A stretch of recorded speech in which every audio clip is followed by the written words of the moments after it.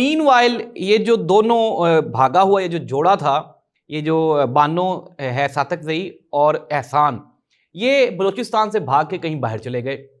اب احسان جو ہے اس نے آہستہ آہستہ اپنا رنگ بدلنا شروع کر دیا اور وہ بانو پہ تشدد کرنا شروع کر دیا۔ اب بانو جو کہ ایک جگہ سے بھاگ کے آئی تھی، اب احسان نے بھی اس کے اوپر ظلم و ستم شروع کر دیا۔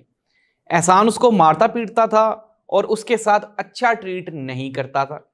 مین وائل یہ جو بانو ہے اس کو کسی نے سمجھایا کہ تم واپس چلی جاؤ۔ اب یہ بانو وہاں سے دوبارہ پھر احسان سے بھاگی اور بھاگ کے واپس اپنے گھر بلوچستان آ گئی، اپنے پہلے شوہر کے پاس۔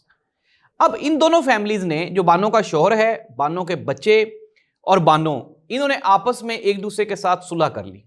اب صلح کرنے کے بعد مین وائل جو احسان ہے جو کہ بانو کو گھر سے بھگا کے لے کے گیا تھا، وہ اسی علاقے میں ایک سردار کے ڈیرے پہ آ کے اس نے رہنا شروع کر دیا۔ اب جب ساتق زئی قبیلے کے لوگوں کو پتہ چلا کہ یہ احسان جس نے ہماری عزت کو داغدار کیا تھا، اب یہ وہاں پہ ڈیرے پہ آ کے رہ رہا ہے، تو ساتق زئی قبیلے کے جو کچھ لوگ ہیں وہ چلے گئے احسان کو مارنے کے لیے۔